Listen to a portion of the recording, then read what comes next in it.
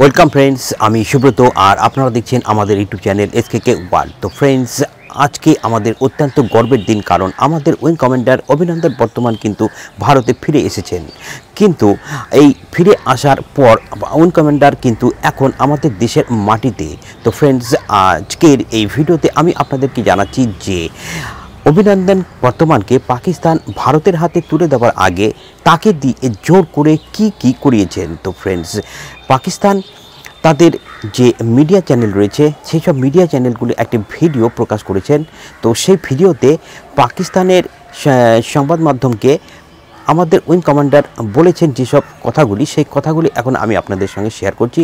আর share করবার আগে এখনও যদি আপনারা আমাদের ইউটিউব চ্যানেল এসকেকে ওয়ার্ল্ডকে সাবস্ক্রাইব না করে থাকেন, তাহলে অবশ্যই চ্যানেলকে সাবস্ক্রাইব করুন। আর সাবস্ক্রাইব হয়ে যাওয়ার পর বেল আইকনটিকে অবশ্যই ট্যাপ করবেন, যাতে নতুন ভিডিওর নোটিফিকেশান আপনি সবার আগে পেয়ে যান। তো ফ্রেন্ডস, চলুন শুরু করি আজকের এই ভিডিওটি।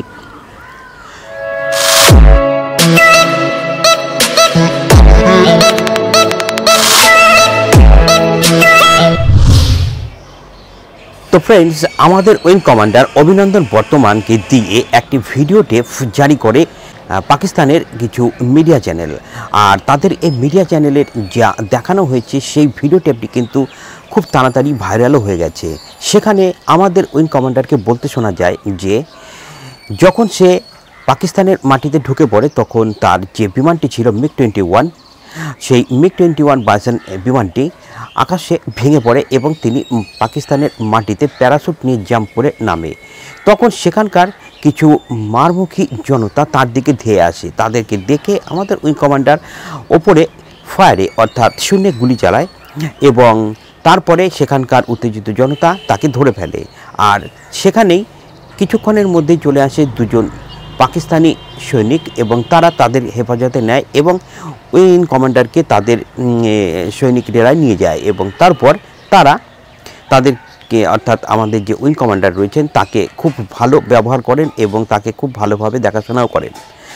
এবং তিনি এও বলেন যে পাকিস্তান তাদের সঙ্গে খুব ভালো ব্যবহার করেছে এবং তিনি লাস্টে এটাও বলেন যে ভারতীয় মিডিয়া সব কিছুকেই অনেকটা বড় করে ফুলিয়ে ফাঁপিয়ে প্রচার করছে।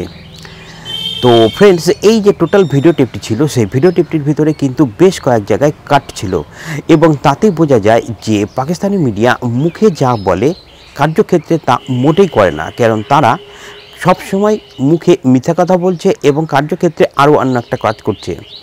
এবং যে দেশের প্রধানমন্ত্রী নিজে মিথ্যা কথা বলে, নিজে ভুল তথ্য প্রকাশ করে গোটা বিশ্বের কাছে, সেই দেশের সাধারণ মিডিয়া চ্যানেলগুলি যে ভিডিও টেপটি জারি করেছে সেখানে কোনো রকম কাটছাট বা কোনো রকম চাতুরির কোনো রকম সহযোগিতা নেয়নি, এটা কিন্তু ভাবা কখনোই সম্ভব না।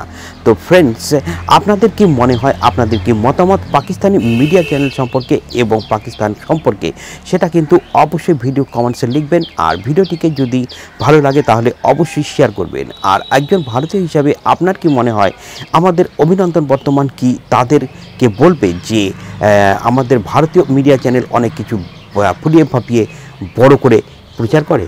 তো ফ্রেন্ডস, আজকের ভিডিওটি ঠিক এই পর্যন্তই। দেখা হচ্ছে আপনাদের সঙ্গে পরে আরেকটি নতুন ভিডিও নিয়ে। তো অবশ্যই সঙ্গে থাকার ফ্রেন্ডস, আমাদের চ্যানেলের সঙ্গে থাকার জন্য অবশ্যই চ্যানেলকে সাবস্ক্রাইব করবেন। তো ফ্রেন্ডস, আজ এ পর্যন্তই। দেখা হচ্ছে আপনাদের সঙ্গে পরে আরেকটি ভিডিও নিয়ে। ততক্ষণের জন্য জয় হিন্দ, বন্দে মাতরম।